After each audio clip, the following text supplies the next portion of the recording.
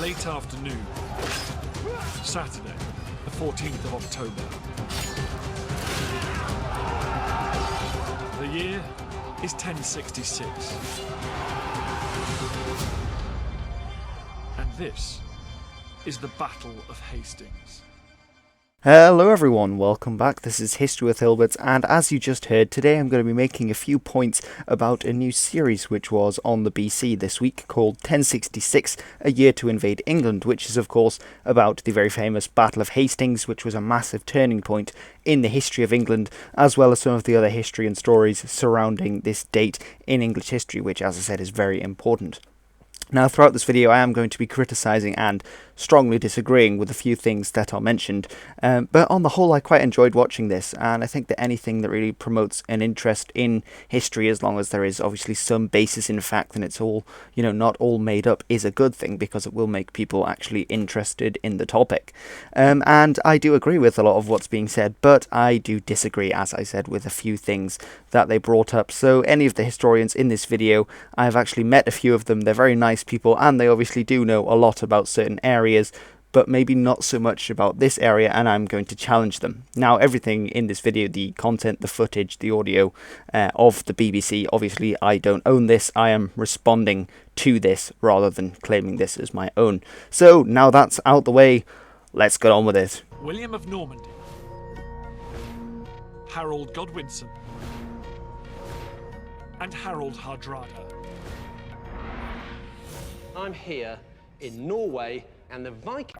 So one thing he does do throughout this, and which they will continue to do, is use the word Viking rather than Norse or Danish or Norwegian or Scandinavian or things like that. And I've covered this in a few previous videos, for example in my response, which was my first video, in fact, which is now over a year old, to Lindy Beige, who had some comments on The Last Kingdom about the use of the word Viking and how it should be used. And historically speaking, it's not historically accurate for people of the time to use it, so technically he shouldn't be using it here as someone pretending to be Harald Hardrada, but it's very common use today, and I've mentioned it now, so I'm not going to pick up on it every time they do it from this point on. Really not worried about foreign invasion. After all, we're an island, not easy to get into.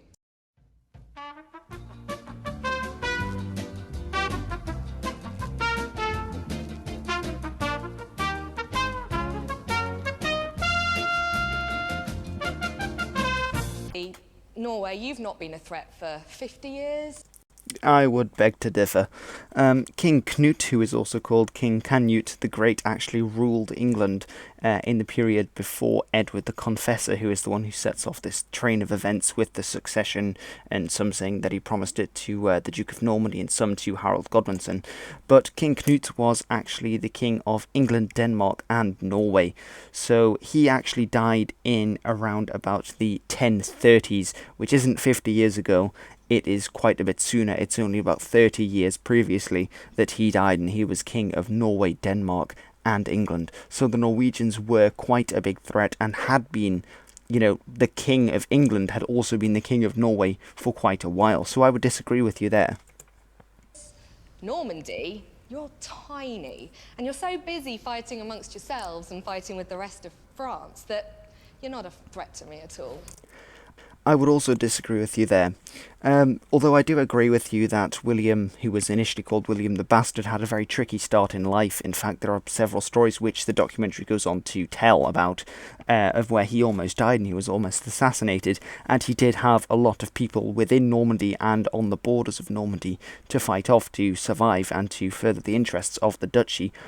But in this time, William starts to stabilise. William could never hope to invade England with a very unstable duchy at home, and actually around about the 1060s, the late 1050s, we start to see more stability in Normandy. So for example, in 1058, William actually goes on the offensive and invades the county of Dreux, which is a neighbouring county to the Duchy of Normandy. And obviously, if he's going on an offensive, he clearly has stuff in check in Normandy, because why would you go and attack another place if you've got internal rivals? So I would disagree with you there. I am sitting pretty. Yeah, okay, the thing is that Harold Godwinson was actually very aware of the danger posed by these various factions by both the Normans across the English Channel and the various Scandinavian countries across the North Sea, and in fact he actually sent an army to the Isle of Wight in preparation for a Norman invasion, but because of expenses and because this invasion didn't come until September, he had it disbanded. So even if Yanina is playing this role of Harold Godwinson, he was aware of it, and I don't think he was sitting pretty, as she says. I think he was very much on high alert and ready for a possible invasion, rather than just, feeling relaxed and at home in England. 200 miles south of London, a 38-year-old illegitimate duke rules with an iron fist. That cauliflower's wrong. Cauliflowers didn't arrive in France until the 16th century. That I am ultimately of Viking stock. I am the great grandson of a Viking warlord who 150 years ago settled in Normandy and made it his own.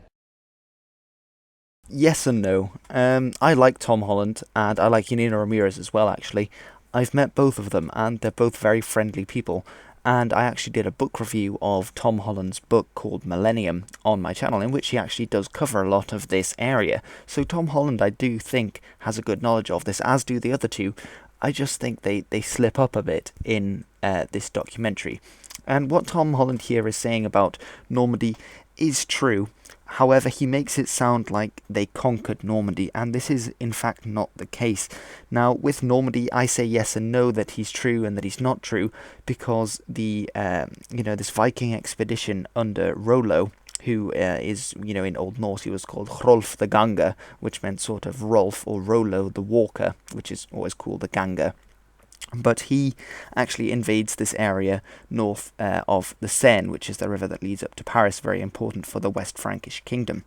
However, they start to be driven back by the Franks, and it's only because Charles the Simple then asks them in a treaty which was called Saint-Clair-sur-Epte in 911 AD, he says, will you have the Duchy of Normandy if you keep the north bank of the Seine, because obviously the Seine is where the river which leads down to Paris, and then that links into the North Sea. So if the Viking expeditions wanted to attack Paris, they had to go through there. And Charles the Simple then says to this guy who later became known as Rollo, the first Duke of Normandy, he says, you can have this land, this Duchy of Normandy, if you keep my capital, which was Paris, safe from the Vikings. His own.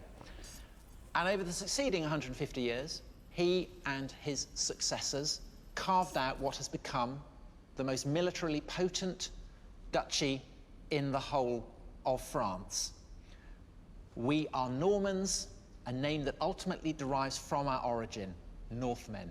Yeah, but listen, you can call yourself what you like, but you've changed. I mean, you've come down here, you've settled down, you built yourself some nice castles, you're even practicing Christianity.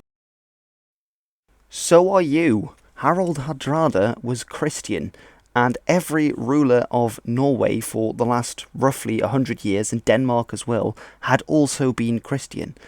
The Vikings, quote-unquote, in this period were pretty much all Christian. There were no pagans left.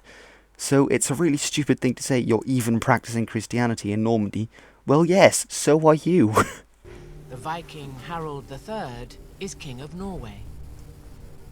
You really should know better. Really should. That's clearly a modern belt buckle you've got there, mate. Do you see blood when you brush your teeth? If you do, it's a problem and could be a sign of gum disease, a leading cause of tooth loss. Parodontax toothpaste helps stop bleeding.